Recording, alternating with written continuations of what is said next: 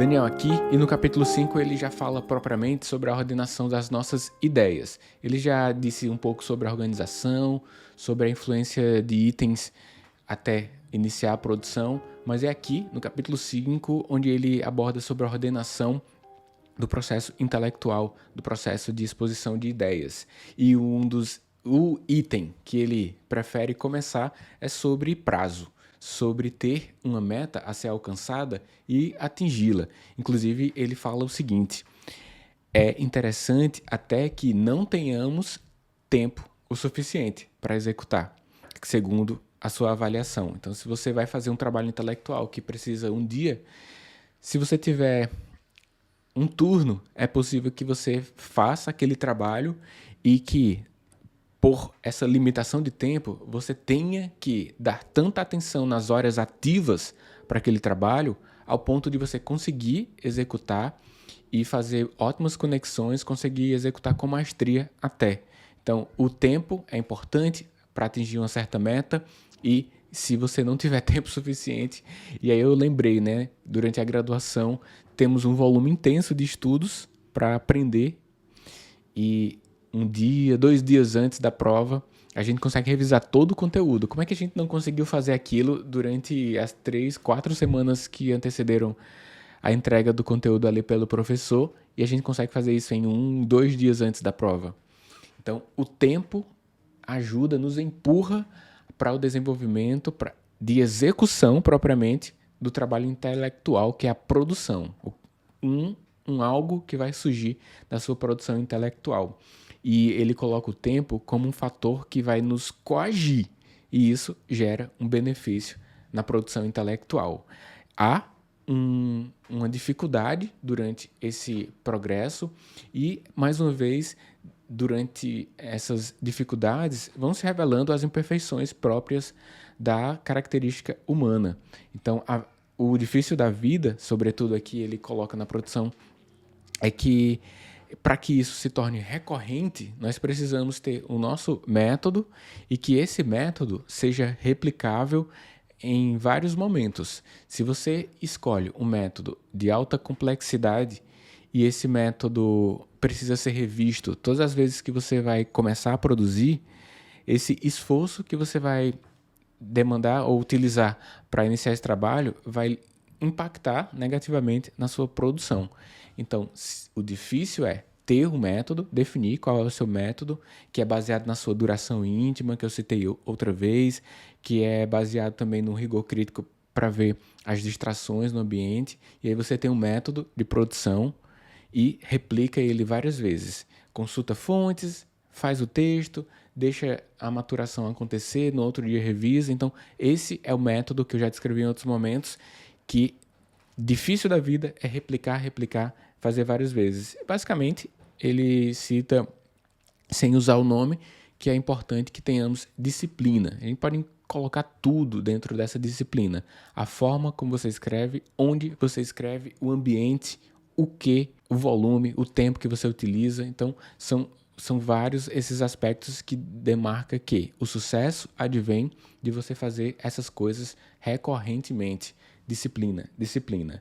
O difícil na vida, se queremos fazer algo que gere progresso, é se decidir por uma prática simples, que seja de aplicação cotidiana e depois permanecer nela durante meses.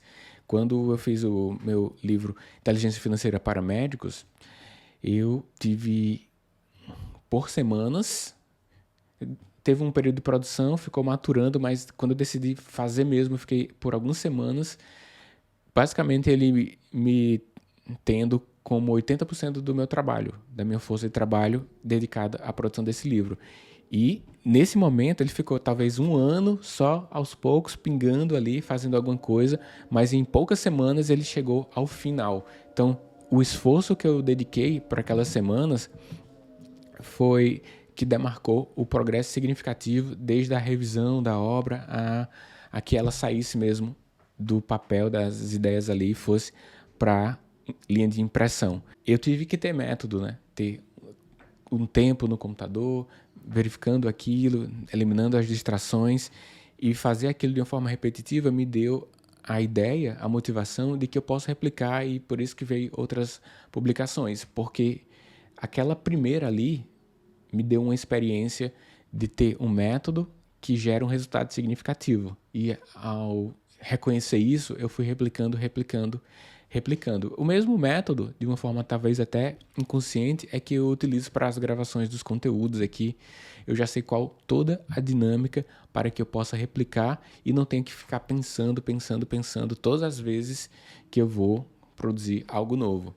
Então, eu já sei exatamente qual microfone eu vou usar, qual a câmera, como é que liga, como é que passa. Essa parte mais burocrática é ágil. Eu já tenho disciplina quanto a isso, os horários também, né? Então, assim, sobre que tenha disciplina e que pense sobre isso para não ficar modificando o método que você decide. E até ele fala que você tem, que ter flexibilidade para as adaptações necessárias, mas fazer uma mudança intensa todas as vezes da produção intelectual, isso não vai te gerar benefício. A gente pode extrapolar também para os estudos. Se uma vez você estuda fazendo resumo, outra vez estuda com o mesmo objetivo, né? Fazendo resumo, outra vez marcação, outra vez gravando áudio, outra vez, cada vez de um jeito, tudo fica bagunçado e você não tem uma facilitação na hora de fazer aquele estudo. Não sabe nem o que esperar. E se você não tem método, pior ainda, né? Que algo mais bagunçado vai acontecer. Para nossa expressão, que ele chama a expressão da arte, existe um segredo? Será que existe um segredo? Ele diz que existe sim, que é basicamente o método usado para dissertação. Talvez você tenha usado muito durante o período de vestibular, quando foi fazer a dissertação, né? Como que você vai organizar a linha de produção? Ele cita que você tem que falar a mesma coisa 3 vezes de formas diferentes. Você começa produzindo, anunciando o que vai dizer. Segundo ponto, desenvolve o que falou lá em cima. E no terceiro ponto, resume. Então, anunciar, desenvolver e resumir uma linha de argumento é a forma que já é um método para o produtor intelectual. Dá para usar isso em vídeos aqui. Então, pessoal, hoje eu vou falar sobre o trabalho intelectual. Ele fala sobre... aqui é um exemplo, tá? Ele fala sobre como nos organizar, como organizar o nosso pensamento, como produzir textos e ainda como organizar a linha de trabalho, sua mesa de trabalho. Bora lá conversar sobre isso? Pronto, aí eu desenvolvo e no final desse, espero que você tenha gostado. Isso em 5 minutos. Espero que você tenha gostado de ter aprendido sobre isso e isso. Então, eu anunciei, eu desenvolvi o tema e depois resumi o tema. Da mesma forma, isso pode ser revertido no formato de texto, falar. Então, é uma dissertação, né? Então, na produção intelectual, se você consegue repetir a mesma coisa 3 vezes com uma linha de palavras interessantes para não ficar repetitivo, apenas repetitivo, mas que possibilita o leitor o contato com o tema várias vezes durante a leitura, haja vista que o foco não consegue captar tudo no primeiro contato, então você permite que o leitor tenha 3 vezes, ou o leitor, a pessoa que vai assistir sua oratória, alguma coisa assim, ele vai ter 3 vezes o contato e aumenta a chance de aprendizado para levar a sua mensagem. Anunciar, desenvolver e resumir. No trabalho e na vida faz-se tudo ponto por ponto. Se você tem esse nível de pensamento, você tem um certo alívio na produção. Ponto por ponto. Você vai conseguir desenvolver ponto a ponto. E ele cita até um outro autor, que é o Edgar Allan Poe, talvez você já conheça, no que tange a produção textual. Ele concorda, ele cita, né? Não fica claro se ele concorda com o Edgar Allan Poe, porque ele cita outros autores, mas o Edgar Allan Poe ele coloca assim, pessoal, quando você vai fazer uma produção intelectual, já saiba o fim. Porque quando você sabe o fim, você vai criando a narrativa para chegar até lá. Se você não sabe o fim, vai ficar bagunçado até escolher chegar ao fim. Mas outros autores, ele sai escrevendo e nem revisa e já está ali o texto final, né? Mas o Edgar Allan Poe, ele coloca como um método significativo já visualizar o final. Então, refletir sobre o que é que eu quero com essa produção intelectual. Produção de texto ou estudo. Eu quero atingir esse objetivo. Ok, bora lá. Aí vai buscando atingir aquele objetivo. Faz muito sentido. Quando você... É basicamente aquela frase lá de Alice no País das Maravilhas: quem não sabe aonde quer chegar, qualquer caminho serve. Então, sabendo onde quer chegar, você cria a narrativa para chegar lá de uma forma mais precisa, em termos de leitura para quem vai acessar o seu conteúdo. Vamos seguir aqui para o próximo capítulo, que é o 6, porque tem a ver também, e ele fala sobre a leitura como enriquecimento de si. Esse é o título do capítulo 6. Ele já citou no capítulo anterior a importância de escrever, e aqui aprofunda um pouco mais, e como escrever com método, né? Ponto a ponto. E aqui ele fala sobre referências, haja vista que há uma recomendação clara de que mantenha uma rotina de leituras, diárias até. E há uma semelhança da leitura com o turismo.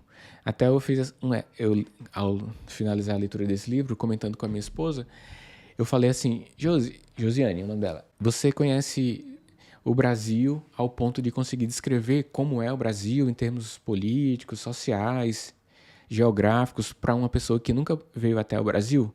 E ela disse que sim, consigo. E aí ela consegue descrever. Talvez essa pergunta resultasse em um sim da sua parte também. Você conseguiria descrever o Brasil tranquilamente. Aí, ok. Aí a próxima pergunta é: para quantas capitais você foi? Para quantas cidades do Brasil você já foi? Capitais? Talvez menos que 10 capitais você tenha ido. Cidades? Talvez menos que 50 cidades do Brasil você tenha ido. Você não conhece geograficamente o Brasil por inteiro, cada cidade, mas mesmo assim consegue expressar o que é o Brasil de uma qualidade interessante. Por que que isso acontece? Minha filha passou ali. Por que que isso acontece? Porque o entendimento geral sobre a obra não carece de decorar cada item da obra. Extrapolando aqui, já fazendo essa transição para o trabalho intelectual. Você não precisa conhecer cada parágrafo, cada frase antes disso de um livro, cada capítulo, explicar tudo com detalhes, fazer essas considerações aqui, como eu estou fazendo no clube de leitura, para dizer que você obteve uma evolução importante intelectual após uma leitura. Você não precisa saber cada capítulo decorado, tudo, não precisa. Porque o seu espírito assimilou um volume de conhecimento que permitiu a sua evolução intelectual com as ideias gerais que você foi assimilando ao longo da leitura. Então você, mesmo não conhecendo o país em cada uma das cidades, indo até lá, você consegue expressar o que é o Brasil com qualidade. Da mesma forma, você não precisa decorar toda a obra de um texto para expressar o quanto ele é bom, o quanto ele impactou e o quanto ele foi relevante para a sua vida. Há essa semelhança entre a geografia, o turismo, com a leitura, o desenvolvimento intelectual. E aí eu vou colocar totalmente aqui o trecho, porque eu acho relevante. Lembre-se que ele é um autor francês, Jean Guiton, e ele falou o seguinte: os livros são como os países que nos são estrangeiros e todas aquelas províncias da França que nunca pudemos visitar. Não precisamos percorrer minuciosamente cada uma delas para conhecê-las e formarmos uma ideia justa o suficiente. As descrições de um viajante honesto dispensam-nos disso, sobretudo se ele é nosso amigo e se observou tudo com critério. Imagine que eu sou esse viajante honesto, assumo aqui essa posição pelo livro, e você está acessando esses conhecimentos através da visão de um viajante. Se você me julga justo e honesto, você assimila aqui e ao final consegue dizer muito sobre esse livro e consegue dizer, o trabalho intelectual, e consegue dizer se ele foi importante, as informações veiculadas aqui estão sendo ou foi importante para você na sua vida em algum momento ali no futuro imediato ou no futuro mais distante, sem você ter pego no livro, porque você está aqui confiando no viajante honesto, para você ter esse caráter, né?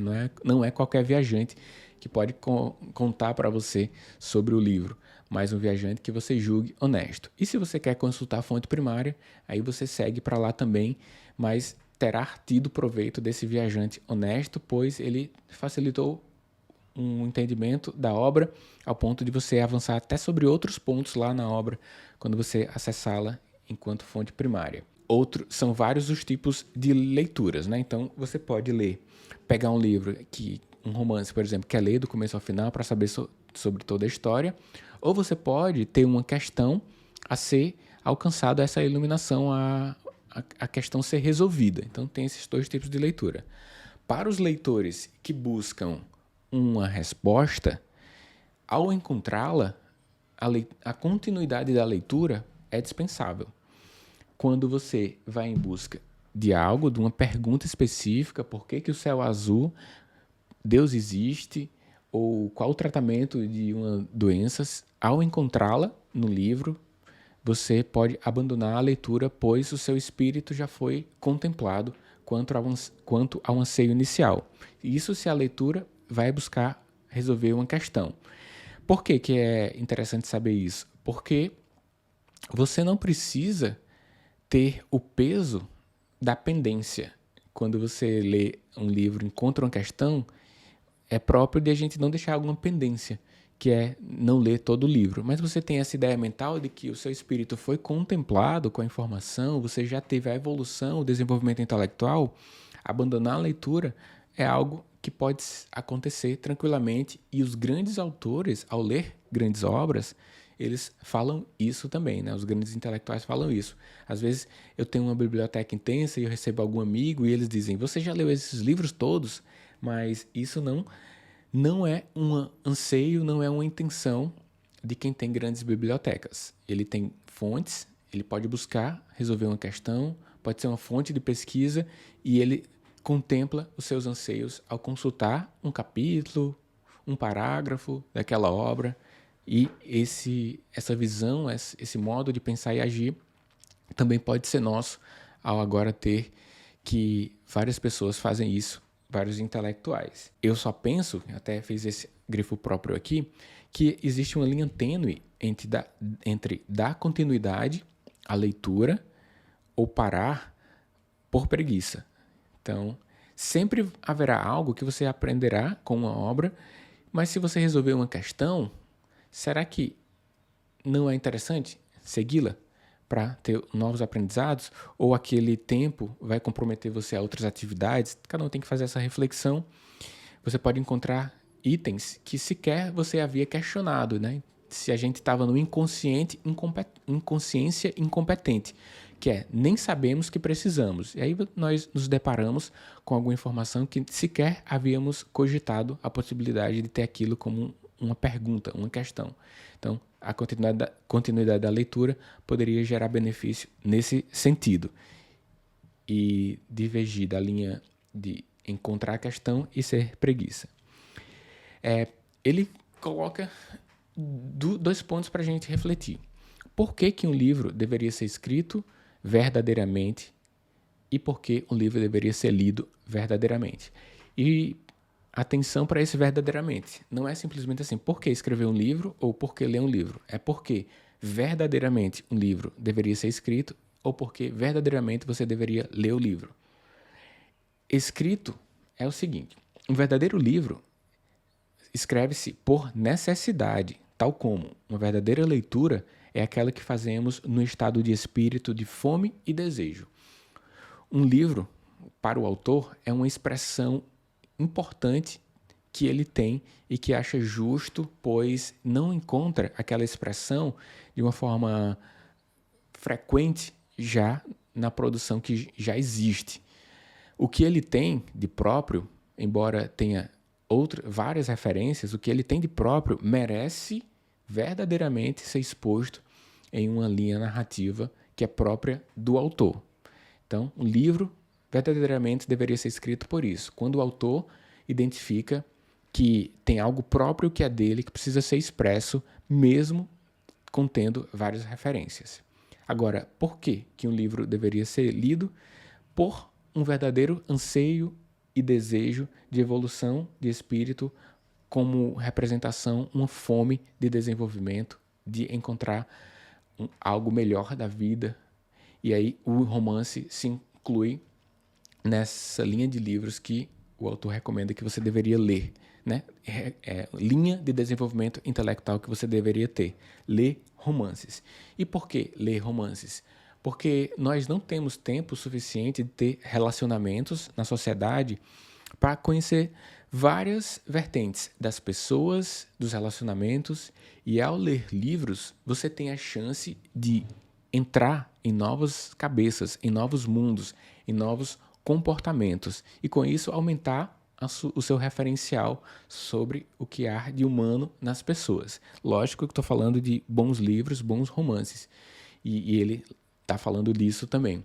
Ao ler romances, a gente tem a possibilidade de adentrar em outras existências, e isso pode modelar a nossa personalidade, melhorar, enxergar coisas que antes não enxergávamos.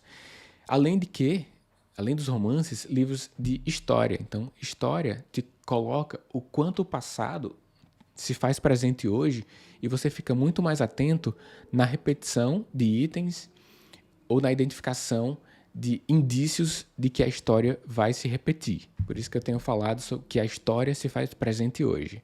Porque existe uma ideia frequente de dizer o que passou, passou. E eu não concordo com isso. O que passou, não passou. O que passou está hoje. Foi uma coisa boa ou foi ruim, ainda está hoje. O passado se faz presente. E ao ler livros de história, você consegue identificar de uma forma com mais propriedade o quanto que o passado se faz presente hoje, o quanto que devemos estar atentos para não repetir erros ou para repetir benefícios do passado. Interessante essa visão. O capítulo 7, vamos seguir aqui também, tem o título Germes e Resíduos. E ele cita uma passagem bíblica interessantíssima para que nós tenhamos uma imagem de não desprezar pequenas produções intelectuais ou pequenos avanços enquanto conhecimento. Então imagina que você lê um livro e não tem mais tempo de ler todos os capítulos, só lê o primeiro capítulo. Ou então que você começou um texto com a ideia de escrever um livro, escreveu algumas folhas, algumas páginas e deixou para lá. Isso pode trazer um certo transtorno para você, mas para o espírito, para a sua intelectualidade, representou algo importante e que de alguma forma vai repercutir em conversas do cotidiano ou na resolução de problemas de questões que apareçam para você. Mesmo trabalhos incompletos serviram para que você tivesse um desenvolvimento. Por isso, não despreze os pedaços que ficam para trás. Eles foram importantes, tiveram seu tempo, poderão ser retomados em algum momento, mas qual é a passagem bíblica que ele cita para que nós formemos esse pensamento?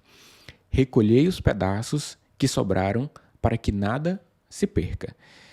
Essa é uma passagem onde ele cita o milagre dos 5 pães e os 2 peixes. Mesmo depois de alimentar a multidão, Deus pede para recolher os pedaços para que nada se perca.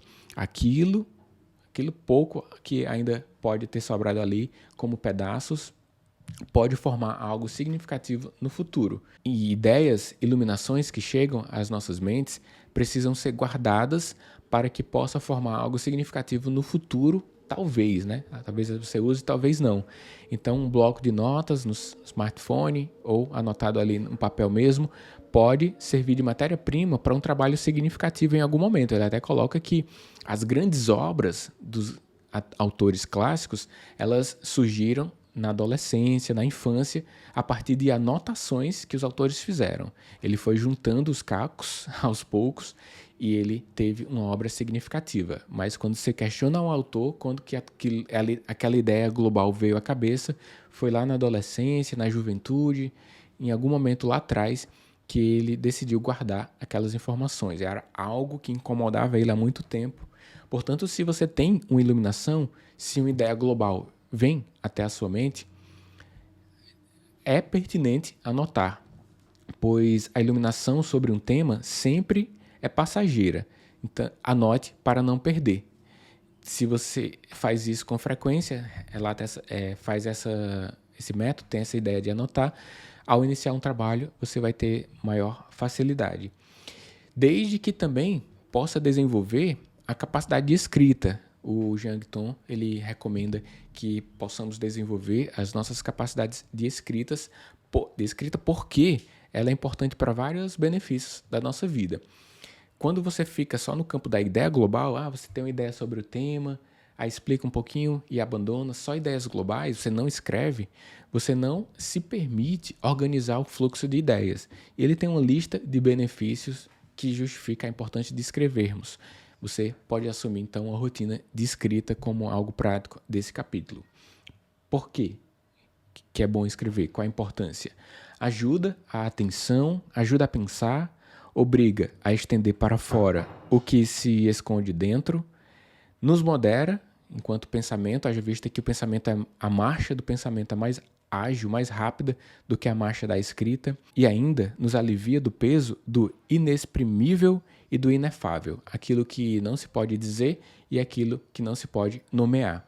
Quando você se força a expressar a ideia global, a iluminação, você se permite a isso. Ficamos por aqui. A gente se encontra no próximo bloco do nosso livro, O Trabalho Intelectual.